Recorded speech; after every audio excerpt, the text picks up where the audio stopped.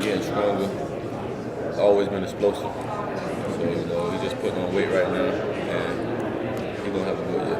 Dalvin, you were cycling through some of the running backs that you pay attention to. What about Marlon Mack at USF you've gone up against? Good back. He had a good system with Coach Taggart, and they use him right on the zones and the stretches. But Marlon's one of those patient running backs, and he do have speed, so he a good running back. I watched Marlon for quite a while. Favorite running back growing up now? Now, Jamal Charles. Not a big back, not afraid to run between the tackles. Could go 60 or 80 at any point of the field. Can catch the ball well, can block. Not big at all. I style my game after him because of all those things right there. Marcus was just saying that he sees kind of working behind the scenes, to stand and that kind of thing.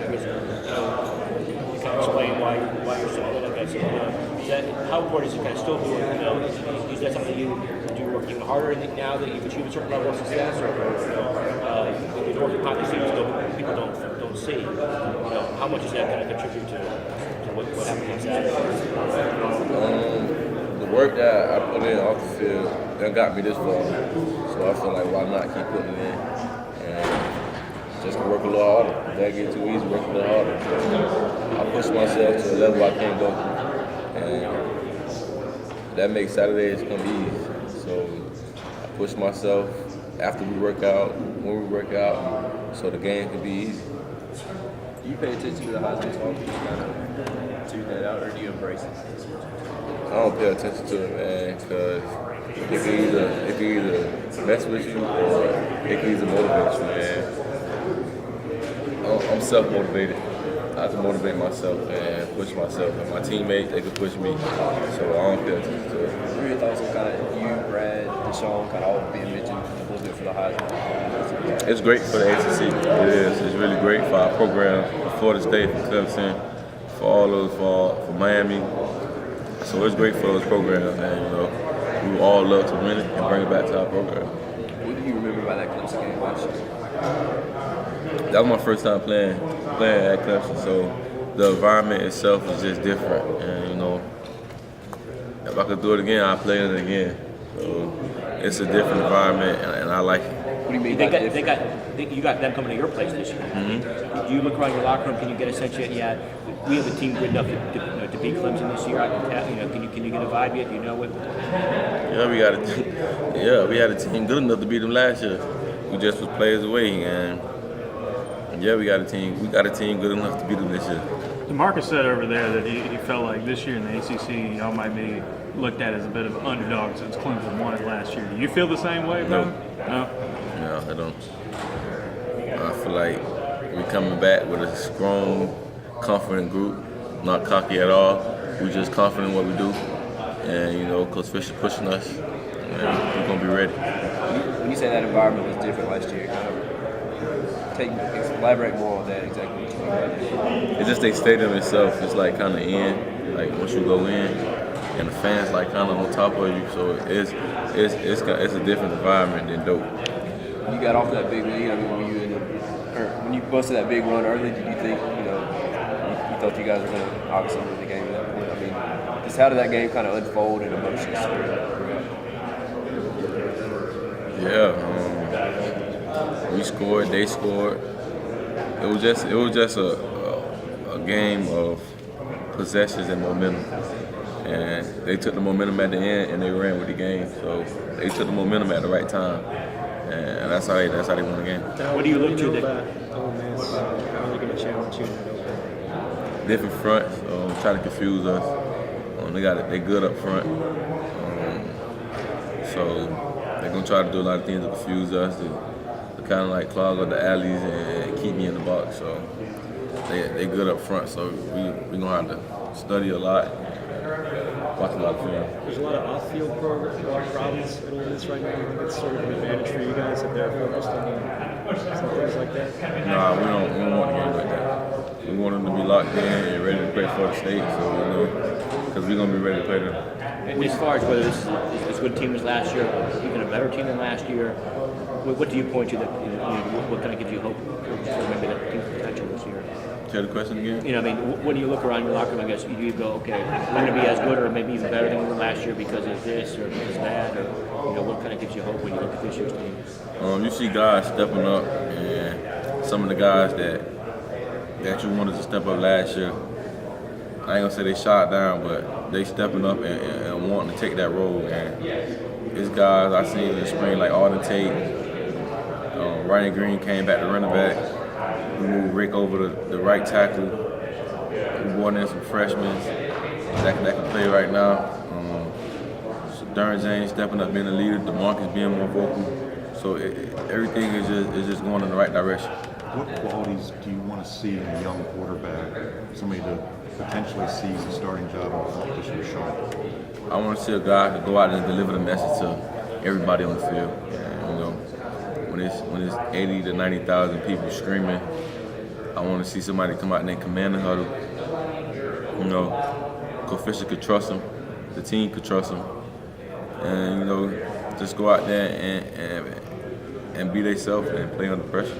I know you were injured in the spring game, but in those practices leading up through the spring, what did you kind of see from those young quarterbacks in the huddle as far as just commanding it in practice situations? Learning and picking it up. Malik, DeAndre, JJ still coming on. Sean's a vet now. So DeAndre and Malik, all those guys, they learning and picking it up and getting the message to all of us on the field.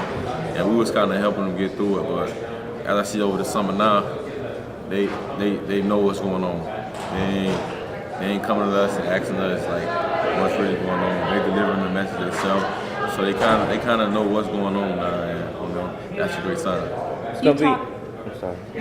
You talked about players making a difference in each game. How do you make yourself that one player that can alter the outcome? God blessed me with the ability, to have more speed, to be just to be fast, and I take advantage of that. And I think at any point in the game, I can bust them on. So I think that's just being part of a game changer, and I think that's what I am. You mentioned that Georgia Tech was the hardest loss for you. Do you look back at that, or are you going to look back at that and let it kind of fuel your fire? All those games we lost the whole season, because I feel like we could have been there in January, with those guys, playing with those guys too. So the whole season in general, we're gonna come back strong off it, and we're gonna be ready to go. It's gonna be your last time coming back down South Florida. Hometown Miami, how's that gonna be like coming down one more time as a junior? It's always good coming home, doing it in front of your hometown, in front of your friends, in front of everybody back home. And, it's all about the bragging rights about that. So, it's always good winning and, scoring that winning touchdown too. You returned all of your offense, but how are you going to make it different than last year? Otherwise, it's going to have the same outcome. Being more consistent, that was our problem. And, you'll see drives where we like, man, I don't think they can be stopped. And then you'll see another drive like, what happened? Like, it's just being more consistent, and Coach Fisher is like really drilling that and preaching that like to us, and we know that was our problem last year. So we're a returning group, a vet group. We've matured, so we just got to be more consistent this year. Did you change anything up, or was it just consistent reps over and over to perfect it? Yeah, just working on the stuff, just working on our crowd, getting the timing down, getting with the O-line, getting steps down. So just stuff like that. Have you spoken up, like, as a leader to everyone else, trying to make sure everyone's on the same page? Yeah, and I feel like older guys like DeMarcus, Darren too, they getting the point across to everybody, man, and everybody buying into it and gelling as one, and that's what we need at this point in the summer and the off-season workout.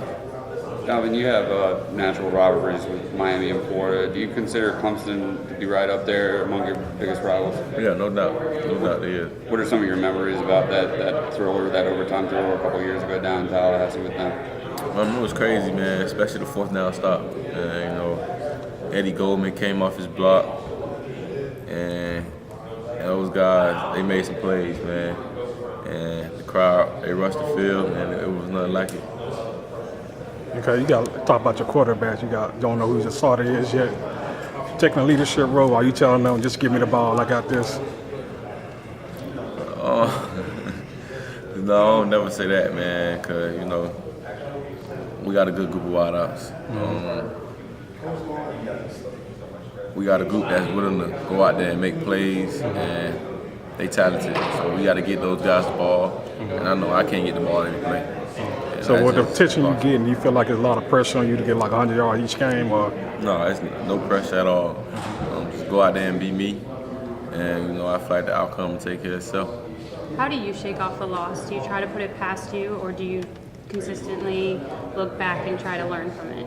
It's all about knowing the mistakes, and that comes with film each and every day with your coaches, and without your coaches, that's with your players.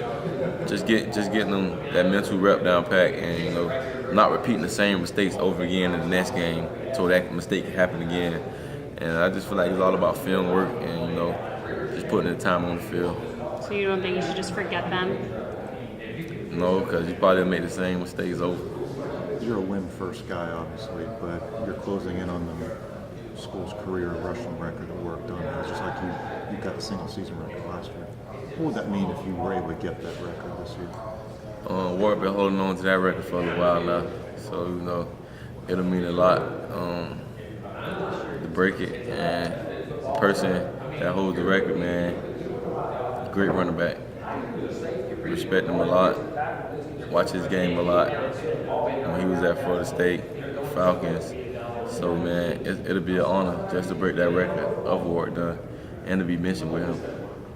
Do you have any other personal goals by the end of the season, or even upon leaving FSU?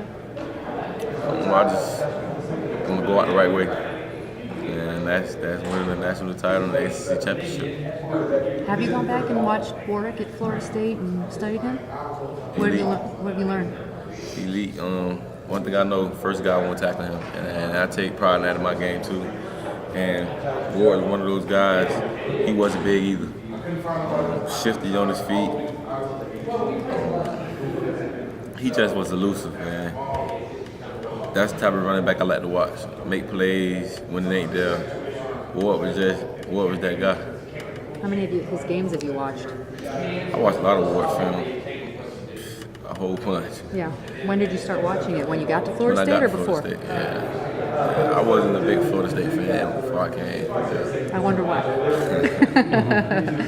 Did you watch Miami backs when you were growing up? I do. I watched Willis, Najee, all those guys. Mm-hmm. Yeah.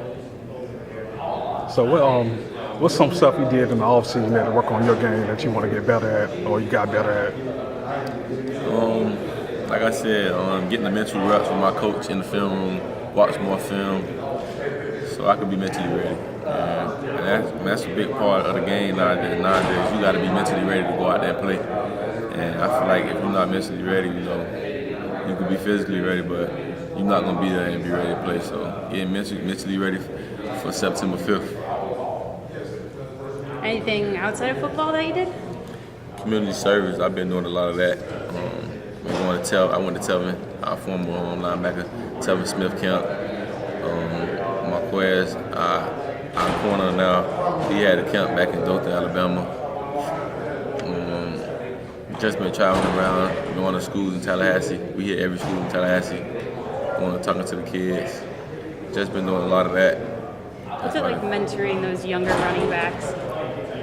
It's good because I played a position and I looked up to somebody when I was younger. So if I could go and give back a little bit of knowledge to help them out, I'll go do it anytime.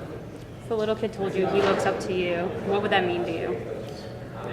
It all be a dream come true. To be somebody idol and somebody to look up to me, that's something you always dream about. Being put in them shoes, because I had an idol when I was younger. So speaking on that, when you first hear somebody like you my idol or talking to the kids, with you being young yourself, did that catch you by surprise, or you were like, okay, I'm ready for this? No, I'm ready. I feel like Florida State ain't got me ready enough to take on that role, and that just come with the play, just come with making plays on the field. So you just got to embrace it. Dalvin, DeMarcus was saying he was walking by the sand trap area, whatever. He said you had a bunch of young guys out there working. Mm-hmm. He said basically you kind of brought them out there to work. How often have you done that? And are those guys eager to do that, or do you have to kind of drag them a little bit? Now they just going their own. Oh, really? Now they just going their own. We kind of started it up at the beginning of the summer because, you know, we got the weekends off, so we were going like on Saturdays, or we were going like on the day we just run. And like one of those light load days and go get the extra work in. Like Nooney, Bobo Wilson to go out there. Travis, Ermon, Trey Marshall, Duran, Tate, Jaquez, T-Time, all those guys, Marcus Lewis, they'll come out there and we'll just get the work in. You know, whatever task at hand, whatever somebody come up with, we'll just do it. How hard is it to run it? It's something you kind of gotta adjust to because you run it for a while and you come off of it, the ground feels different. So you know, we'll come off the sand, we'll run a few laps on the ground to get back level. So it's pretty hard to run on the sand.